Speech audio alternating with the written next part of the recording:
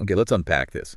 Today, we're doing something a bit different, a really unique deep dive. Yeah. We're stepping into the world of stand-up comedy, specifically a performance transcript from Andy Huggins. Andy Huggins, okay. Known him for years. Right. And, you might think comedy is just, well, laughs. But we think it can actually be a surprisingly rich source of insight into the human experience. Absolutely.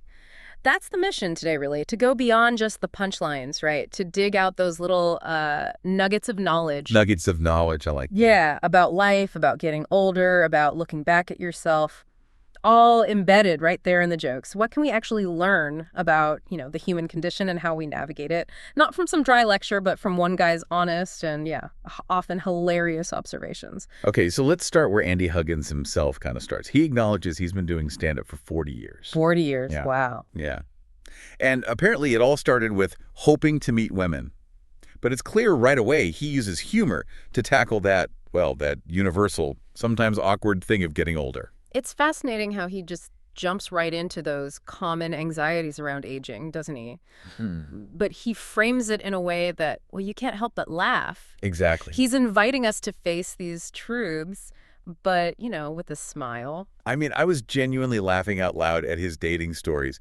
He talked about joining a dating site for his age group called carbon dating. Carbon dating. Okay, that's good. And then it just gets better. Yeah. Asking a woman for her number, and she tells him 140/95. Her blood pressure. Oh, man. Yeah. Or the great thing about dating a woman my own age, you don't have to worry about meeting her parents. Right. What do you think he's really getting at there about, romance later in life? Well, it seems like He's brilliantly boiling it down, isn't he? It's not just finding a connection. It's navigating the shared and, often funny realities of, physical decline, changing priorities. Totally. That blood pressure joke, it's not just a laugh line. It's like this stark, relatable shift. You go from worrying about impressing parents to, actual health stuff being part of the everyday conversation. And it's not just dating, right? He goes right at the physical changes. Getting hearing aids, which apparently made his crowd work terrible. Oh, the crowd work story. Yeah. He misheard someone saying, "my mama," as Miami. And confidently declared he'd been there recently. Yeah. Oh, dear. Right. And then there's the clumsiness that can happen. Dropping his phone in the toilet, Been putting it in a bag of rice naturally. That's standard procedure, yes. Only to drop the bag of rice in the toilet, too. Oh, no. That just captures that universal frustration, doesn't it? It's not just the decline itself, but the consequences. Yeah. How it affects daily life, mishearing things, just pure clumsiness. Look at the unexpected ways our bodies betray us. And humor becomes, almost necessary to cope with those little daily indignities. He also gets into self-perception, especially now, in the digital age. Yeah. He took a Facebook quiz. Find your spirit animal. Oh, yeah. What did he get? Extinct. Extinct. Perfect. And then he tried that face aging app. You know those? Uh-huh. It just told him, you're good. Nothing more to add. Huh. That's fantastic. And when it comes to health, mortality. After a colonoscopy, they tell him, we'll see you in 10 years. Right. Standard follow-up. His immediate thought, the F you will. Defiant. I love it.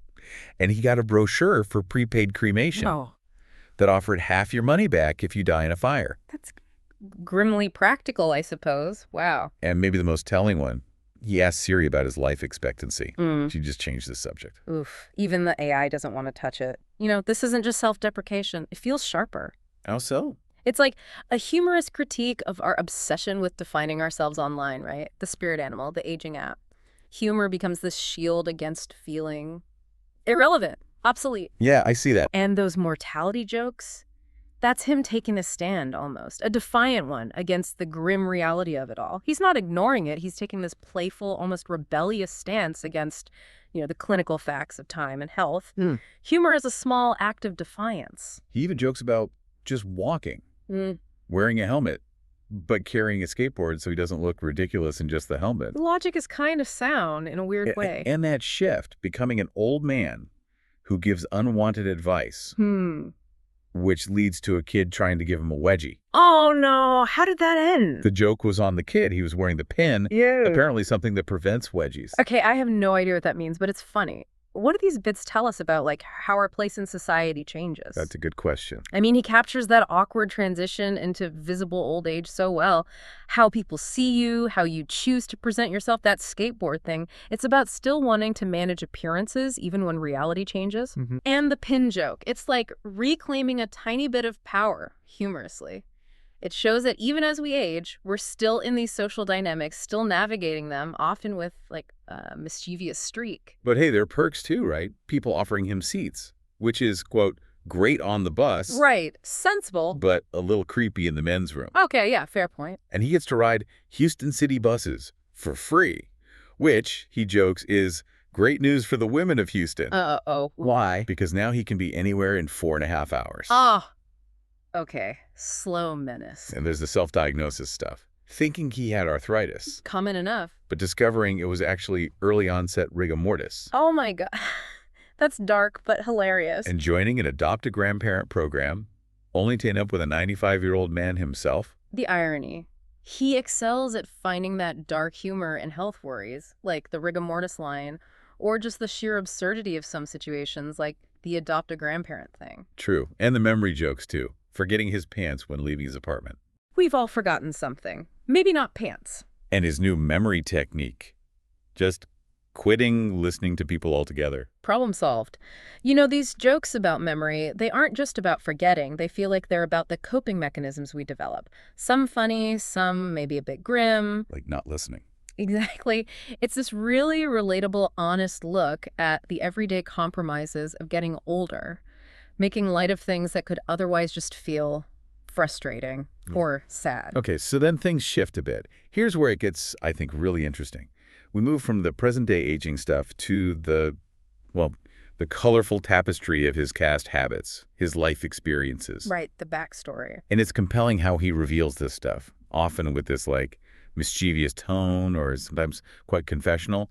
And you really see how those choices shaped who he is now. Yeah, if we connect this to the bigger picture, it really is about the evolution of a person over time, isn't it? These stories, even the really embarrassing ones, they aren't presented with, like, deep regret. It's more like, yeah, this is who I was. This is how I got here. Makes it relatable. Totally. It lets the audience connect with that whole journey of self-acceptance. So he was a heavy smoker. Like, he even smoked when I went jogging heavy. So he quit jogging, of course. Naturally. And he'd smoke after sex. Sometimes I would skip sex and just smoke cigarettes. Wow. That's quite the admission. What does that tell us, do you think, about vulnerability and humor? He's not just telling a story about a bad habit, is he? He's using this extreme self-awareness, this really dark humor, to show the absurd places addiction can take you. That skip sex, just smoke line. It's funny, yes, but it's also a stark, humorous confession about messed up priorities, something many people can probably relate to, maybe in different ways. That makes sense. And then he reveals he's a recovering alcoholic. Mm-hmm. With 36 years of sobriety, it's just stated. A serious milestone, delivered really quietly. And that's powerful, isn't it? Delivered so matter-of-factly. It's this testament to resilience. It shows how even these really deep, personal, challenging journeys can be woven into your public story with grace, with humor, not as a lecture, just lived experience. His college days also sound eventful. He flunked out twice. First Okay. time for being drunk. Second time for being sober. Wait, sober? Why? Because, quote, the shit was hard. Okay, there's a beautiful, painful irony there, isn't there? Oh. Flunking out drunk, then flunking out sober, because life itself is just hard. Yeah. It's this comedic nod to the fact that sometimes the struggle isn't just the obvious vice, it's the inherent difficulty of things, sobriety or not. And get this. He wrote a paper titled The History of Public Intoxication in the United States of America from Colonial Times. You're kidding! That's brilliant! Pure, self-aware genius. These stories, they totally transform potential failures into just relatable human stuff. Missteps, growth. Then there are the drunk antics. Getting drunk and going trick-or-treating every holiday. Every holiday, not just Halloween. Apparently not. And drinking before Good Morning America, he makes sure to clarify, not my show. Pew. Good clarification. His legal troubles are equally out there. Getting arrested for drunk driving while also smoking hash. Oh, combining the offenses? Bold? And trying to pass the breathalyzer to the cop. Pass it too! What? Yeah, while shouting YOLO. YOLO while handing a cop a breathalyzer during a DUI stop. Wow, okay. His community service, leaving the community. You just get out, okay then. And his first Alcoholics Anonymous meeting. Hmm. He wore a ski mask A ski mask, why? because it's anonymous, right? Oh my goodness. He really takes these moments of like total personal chaos and legal trouble and just spins them into these absurd tales. He does. The YOLO breathalyzer, the ski mask at AA, it's not just funny, it feels like his way of reframing that past recklessness, showing how even the most cringeworthy moments can be processed and maybe ultimately owned through humor. It's a unique take on accountability, maybe. Yeah. Interesting way to put it. And the relationship stories are just as wild. One-night stands where he'd get drunk, meet someone, go back to his place, Okay. call himself a cab, leave, Like leave his own place. and then remember, oh, wait, it was Yeah. my place. Oh dear, that's something. Or the woman who asked him to spank her for discipline, so he made her stand in the corner. Stand in the corner. Okay. Unexpected. And a difficult relationship with a woman who had multiple personalities. Right. And he notes, I'm bad with names. Oh no. That's darkly funny again. You know, these stories, the one-night stand mix-up, the multiple personalities joke, it feels like his way of humorously looking back at the sheer complexity and sometimes the absurdity of human connection. Yeah. How we navigate tricky dynamics, misunderstandings, our own, changing self-awareness within relationships, always finding a punchline in it somewhere. So after all this, what does it all mean for us, you think? We've journeyed through this comedian's observations, his life, and it really seems clear that jokes, even silly ones, can hold some pretty deep observations about life, memory, health, just getting older. Indeed. It's striking how he wraps it up, too. He mentions his age, 74. Right. And then notes the life expectancy for men is 76, women 81, and then jokes about transitioning. Yeah, that hits differently. It does. It's poignant, but still funny. It really underscores how humor can be this vital tool, maybe the tool, for confronting our own mortality. There's more than just laugh. Way more.